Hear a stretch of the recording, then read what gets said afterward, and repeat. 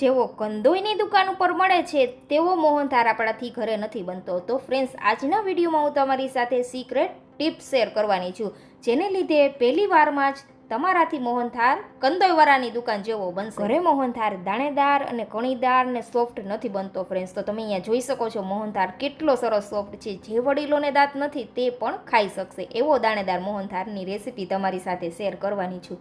તો વિડીયોના એન્ડ સુધી બનેલા રહેજો. તો મોહનથાળ બનાવવા માટે 3 વસ્તુની જરૂર પડશે: ઘી, ચણાનો લોટ અને ખાંડ. બસ આટલી જ વસ્તુમાંથી મોહનથાળ આપણે રેડી કરવાનો છે. તો પરફેક્ટ માપ સાથે આજે આપણે મોહનથાળ રેડી કરીશું. તો 500 ગ્રામ ચણાનો લોટ લીધો છે, તેને આપણે ચાળી લીધો છે. તો હવે આપણે અડધા કપ જેટલું દૂધ લીધું છે, તેની અંદર આપણે જે ઘી લીધું છે તેમાંથી 1 ચમચા જેટલું ઘી ઉમેરી દેશું. અને આ દૂધ છે તે નવસેકું ગરમ દૂધ લીધું છે, એટલે ઘી સરસ મિક્સ થઈ જાય. અને ઘી દૂધને મિક્સ કરીને આપણે તે મિશ્રણને લોટની અંદર ઉમેરી દેશું અને લોટમાં સરસ ધાબો દઈ દેવાનો છે. આ પ્રોસેસને ફ્રેન્ડ્સ ધાબો દીધો કહેવામાં આવે છે. આ પ્રોસેસ કરશો ને એટલે તમારો મોહનથાળ એકે એક દાણામાં સરસ કણી પડશે અને સરસ એવો મોહનથાળ બનીને રેડી થશે ફ્રેન્ડ્સ.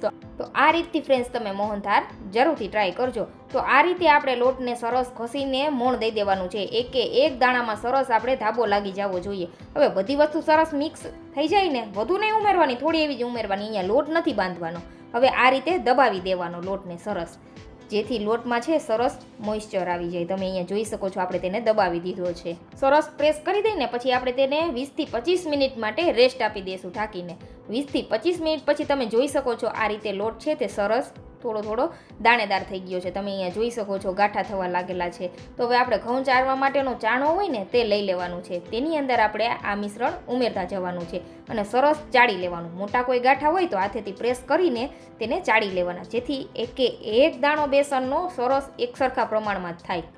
મોહનથાળ બનાવતી વખતે આ પ્રોસેસ ફ્રેન્ડ્સ જરૂરથી કરજો. કંદોઈ લોકો આ રીતથી જ બનાવે છે. થોડો ગાળો લાંબો થઈ જશે, પણ તમે આ રીતે બનાવશો ને તો તમે જોઈ શકો છો લોટ એકે એક દાણો સરખો એવો થયો છે. તો આ રીતે મોટા ગાંઠા હોય તેને આપણે સરસ કસીને ચાળી લઈશું. તો અહીંયા બધા જ આપણે લોટને સરસ ચાળી લીધું છે. તો હવે લઈ લેવાનું છે ઘી. તો આપણે 500 ગ્રામ જેટલો બેસન છે ને તેની સામે આપણે 400 ગ્રામ ઘી લીધું છે.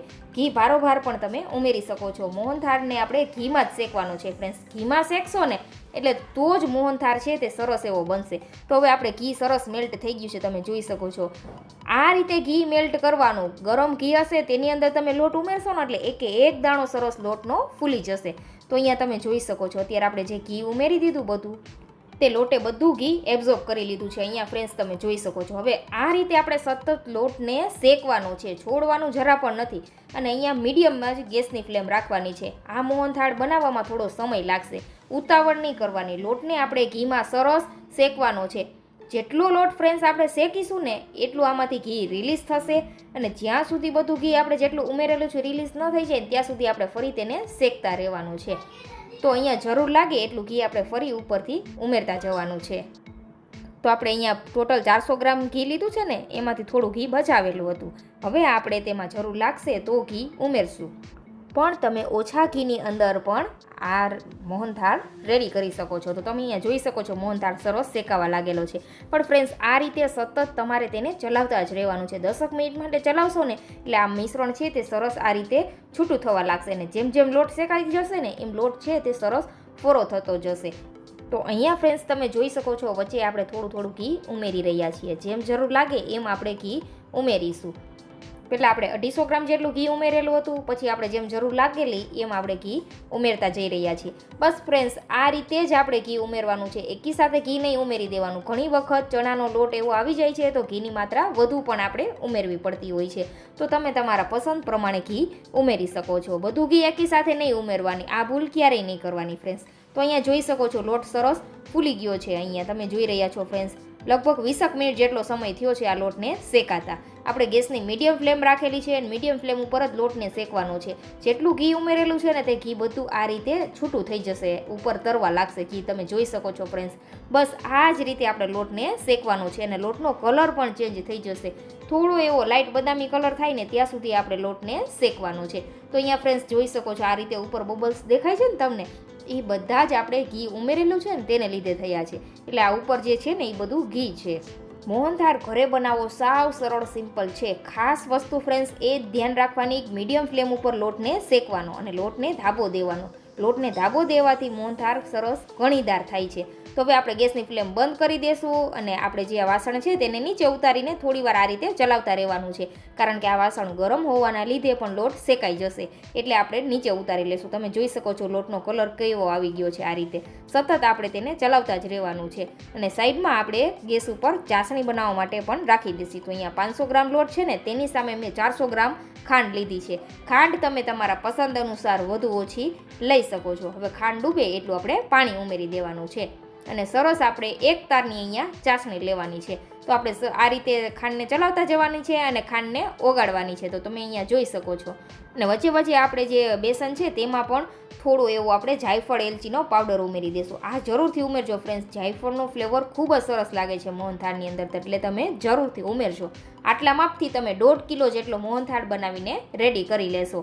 તો હવે શું કરવાનું છે, આ રીતે આપણે સતત ચલાવતા જ રહેવાનું છે, જેથી કલર છે તે આપણો મોહનથાળનો સરસ જળવાઈ રહે, વધુ ડાર્ક ન થઈ જાય. એમને તળિયે નીચે બેસેલો રહેશે ને મોહનથાળ, તો નીચેથી લોટ બળી જવાની શક્યતા રહે છે, એટલે તમારે ચલાવતા રહેવાનું. હવે આપણે જોશું ચાસણી. તો અહીંયા તમે જોઈ શકો છો સરસ આપણી ખાંડ છે તે ઓગળી ગઈ છે. વચ્ચે વચ્ચે આ રીતે આપણે ચલાવતા પણ રહેશું. વધુ પાણી નહીં ઉમેરી દેવાનું. જેટલી ખાંડ લીધી હોય ને, ખાંડ ડૂબે એટલું જ તમારે ચાસણી લેવા માટે પાણી ઉમેરવાનું છે. ઘણી વખત પરફેક્ટ ચાસણી ન આવે ને, તેને લીધે પણ શું થાય કે મોહનથાળ પરફેક્ટ ન બને. ઘણી વખત આપણે 2 તારની ચાસણી લઈ લીધી તો વધુ હાર્ડ થઈ જાય, અથવા અડધા તારની આવે તો મોહનથાળ જામતો નથી. તો ફ્રેન્ડ્સ, પરફેક્ટ રીત છે 1 તારની ચાસણી. 1 તારની ચાસણી લેશો ને એટલે સરસ એવા ઢેફલા પડશે. આવી નાની નાની ટિપ્સનું ધ્યાન રાખશો ને ફ્રેન્ડ્સ, એટલે તમારાથી પણ પહેલી વારમાં જ સરસ એવો મોહનથાળ બનીને રેડી થશે. તો અહીંયા તમે જોઈ શકો છો મોહનથાળનો કલર કેટલો સરસ આવી ગયો છે. આ રીતે ચોકલેટી કલર, બસ આપણે બીજો કોઈ કલર પણ નથી ઉમેરેલો. તમારે અહીંયા કેસરી કલર ઉમેરવો હોય તો તમે ઉમેરી શકો છો, પણ કલર વગર પણ ખૂબ જ સરસ એવો કલર આવી ગયો છે, એટલે આપણે ઉમેરવો નથી ફૂડ કલર. તો અહીંયા ચાસણી ચેક કરી લેશું. તો આ રીતે બીજા વાસણમાં આપણે થોડી એવી ચાસણીના ટીપા ઉમેરી દેશું અને આ રીતે ચેક કરવાનું. તો ફ્રેન્ડ્સ, તમે અહીંયા જોઈ શકો છો એક તાર બની રહ્યો છે આ રીતે, પણ તૂટે છે, એટલે આપણે સમજવાનું કે અડધો તાર છે. બસ જો આ રીતે એક તાર બને અને તો સમજવાનું કે ચાસણી પરફેક્ટ છે. તાર તૂટતો ન હોય ને એટલે સમજવાનું ચાસણી પરફેક્ટ છે. તો આ રીતે ચાસણીને આપણે ઉમેરી દેવાની છે બેસનવાળા મિશ્રણની અંદર અને સરસ મિક્સ કરી દેવાનું છે. થોડી વાર માટે તમે મિક્સ કરશો ને એટલે અત્યારે જે લોટ ઢીલો દેખાય છે ને, ઢીલો નહીં થાય, પણ સરસ બધી વસ્તુ એક સરખી થઈ જશે. અને તમે જોઈ શકો છો અહીંયા ધીમે ધીમે મિશ્રણ આપણું સરસ ઘટ થવા લાગેલ છે. ચાસણી બધી લોટમાં એબ્ઝોર્બ થઈ જશે ને એટલે આ મિશ્રણ સરસ કઠણ થઈ જશે. આ રીતે ફ્રેન્ડ્સ, તમે ઘરે ચોખ્ખા ઘીની અંદર મોહનથાળ બનાવશો ને તો આ મીઠાઈ ખાવાની તો કંઈક મજા જ અલગ હોય છે. તો હવે મોહનથાળને આપણે ઢાળી દેવાનું છે. તો અહીંયા જોઈ શકો છો આ રીતે આપણે મોહનથાળને ઢાળી દેશું. સરસ એવું તેનું ટેક્સચર આવી ગયું છે. તો મોહનથાળ આપણે જેમાં ઢાળવો છે ને તે વાસણને આપણે પહેલાં ઘીથી ગ્રીસ કરી લેશું. પછી આ રીતે સરસ તેને મિક્સ કરી દેવાનું અને ઉપરથી આપણે તેને કોઈ વાટકી અથવા ચમચાની મદદથી લીસું કરી લેવાનું. તો અહીંયા જોઈ શકો છો આપણે જેટલું ઘી ઉમેરેલું હતું ને તે બધું ઘી ઉપર દેખાઈ રહ્યું છે આ રીતે.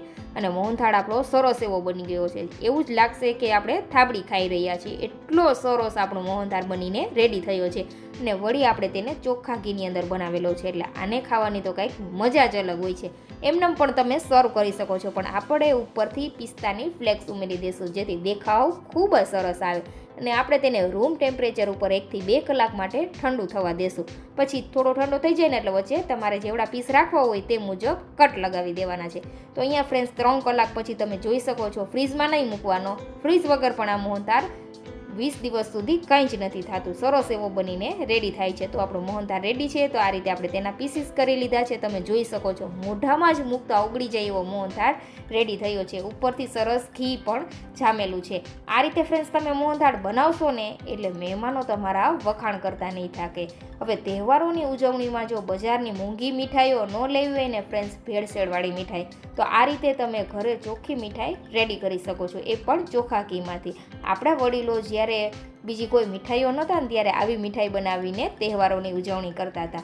અને આપણા કરતાં તે લોકો તહેવારોમાં મીઠાઈઓ પણ વધુ ખાતા હતા, પણ આવી હેલ્ધી મીઠાઈ બનાવતા હતા, એટલે તેને કાંઈ જ નથી ખાતું.